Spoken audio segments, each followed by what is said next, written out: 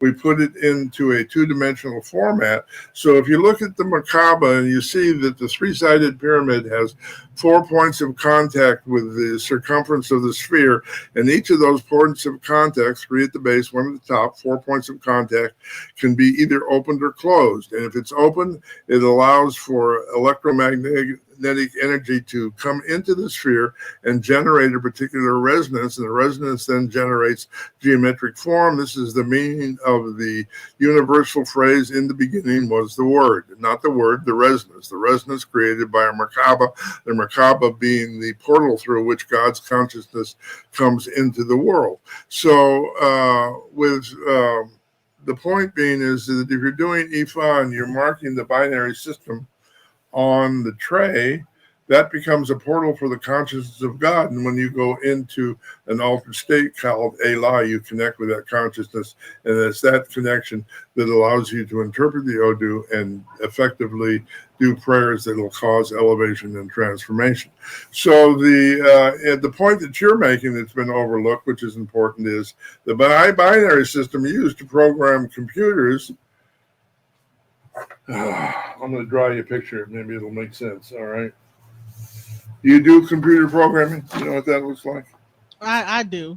And that's why I was trying to say, when I talk about like that whole experience of like near death, it almost is like a computer. Like when you go play Grand Theft Auto, right? You might pass on, but you get another life. And then I'm going to show you something. So this is what computer binary system programming looks like. It's typically read, I believe, correct me if I'm wrong, it's read from right to left. Oh, wow. In sequence like that, right? Right? Mm-hmm. Yeah. But what the computer people don't realize is even though this was designed to work like that, it still works like this. So this is a series of Odus that are maps of consciousness that have been coded into computers from day one of their invention. And that consciousness controls those machines in ways that we barely understand. And we better understand it quickly because they're fixing to be manipulated by people that have no sense of ethics at all. Is that what AI is? Is that the ability to go? AI is a feeble attempt by some really dumb people to explain what I just said and work that to their advantage and make sure you don't understand what this really means. Wow. That's what AI is. And so we in Ifa have the key to explaining that. We have the key to working that to our advantage. We have the key to salvation. We have the key to the elevation of consciousness. We have the key to not be sold into slavery for the umpteenth millionth time.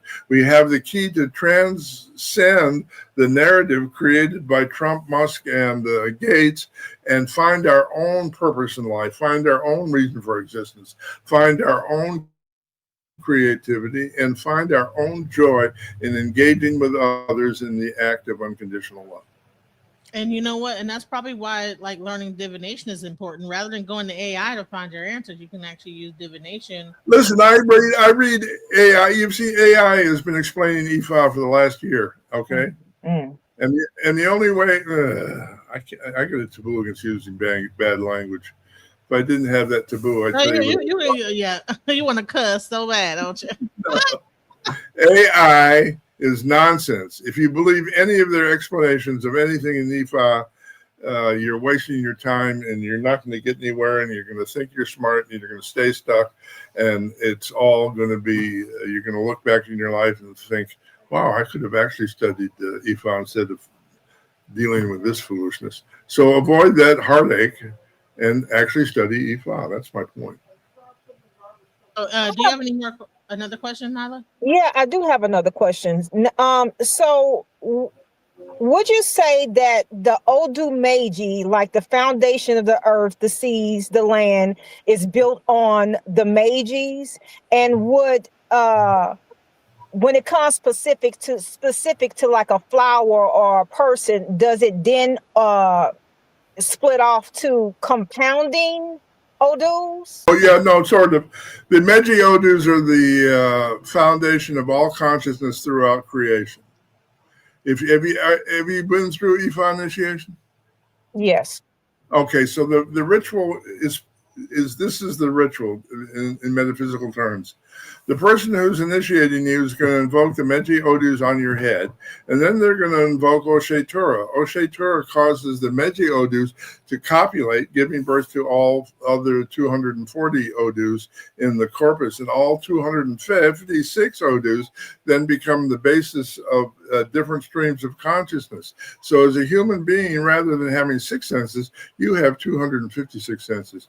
And Ifa teaches you the technology how to zoom in on one of those streams of consciousness to assist you with a particular problem you're having at any given moment in your life. And so the solution to that problem comes by shifting the resonance in your brain, and the oriki that accompany those Odu are different frequencies. So there's 256 different frequencies which are expressed through the poetry of each of those Odus. And the real transformation is not God help us all from goat blood. The transformation comes from the shift in frequency. So let me give you an example. If you are a Native American shaman and you want to make rain, you go up on the mountain, you draw a circle, and you remember what it felt like the last time you got rained on. That shifts your consciousness into a particular frequency, and that frequency resonates with those patterns as they exist in creation and make it rain. And so that's true for the solution to every problem. You don't become wealthy by begging for abundance. That's a waste of time. That's just an acknowledgement of poverty. You become wealthy by standing in the residence of one who is successful in the world. And that resonance then attracts those who can support that effort and move your life along in a way that's productive. As long as you're not resonating with that vibration, your prayers are ineffective. Look at the Holy Odu Oshe Meji is the Odu that gives power to our prayers. All right. So what does Oshe mean? It means the spirit of Ashe, the spirit of power, connecting with the spirit of power, being possessed with the power that's inherently part of your Ori, standing in that prayer and visualizing that which you think would make the world a better place. Wow. Okay. That's amazing. And listen, one real quick thing. What is the significance of Osayin? Yeah, okay. Osayin. Okay. So when you do initiation, you'll see people will fly for herbs from Africa and from Puerto Rico, and they'll get all flustered if they don't. No. Ifa teaches the herbs you use for initiation, you gather within walking distance of the place where you do the initiation. Because herbs, like everything else in creation, have consciousness. So the consciousness that roots you to the earth allows you to connect with the earth, allows you to greet the earth, allows you to engage in Iwa Pele, which is greeting the earth, which allows you to become a part of the world around you, comes from acknowledging the consciousness of the plant life around you. And Ifa teaches that in the Holy Odu, Okanro no Turapan, if you ingest that Odu, you have the power to communicate with herbs, and the herbs will speak to you in the language you understand. Makes a lot of sense, because they say that, even if you have a house, the herbs around your house will actually grow according to what you need in that house as a person. I've heard like stuff like, and you know what? When I walk outside my house, I have elephant thing. I have like fig, and I have a high blood pressure. I also have persimmons growing outside, and all those things, what they deal with blood pressure and this, that, the other. So it's interesting that even when you live at, the herbs will begin to grow according to what you need around you.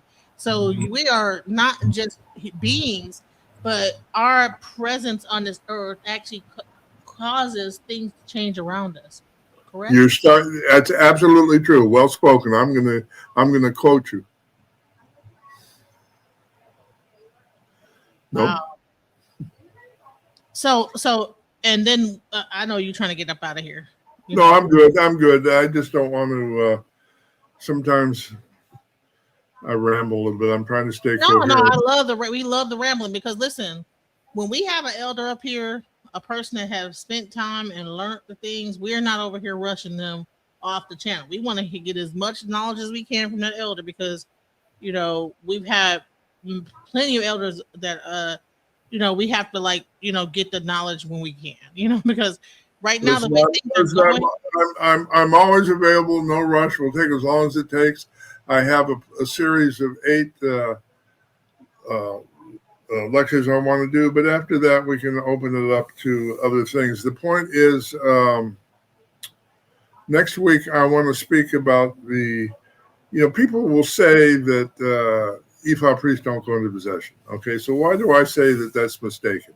I say that's mistaken because the Holy Odu, Ogunda Osa, says, this is what it says. I'm translating now from Yoruba to English. Ogunda Osa said, this is the oriki you use during initiation to put a Yawo into possession with the spirit of Ela after you have invoked the Meji Odus and invoked Oshoritura to cause them to copulate in your head, opening all 256 portals in your brain. Once you've done that, you connect those open portals to the spirit of Ela, and Ela becomes your connection to all of creation. So if the Odu is saying that, then why would you argue that there's no such thing as Ifa priests going into possession? The Odus give you the technology for going into possession. Do you think they're doing that just to make stuff up? They're doing that just to hear themselves talk? They're doing that to deceive people? No, they're doing that because it's an important tool in the toolkit of healing ourselves, connecting to others, and being a healthy part of the planet itself. And so that oriki for possession by Ela, I'm going to do not all of it, most of it. Essentially, the oriki is the true name of the spirit of Ela, the spirit of Arunia. And it takes 2 hours to recite the name. So there's a whole bunch of resonance included in the word Ela that we never hear, we never use, we never invoke, we never access, we never try to understand. And I would like to help initiate the process of looking at that as a profoundly important tool in our ritual process.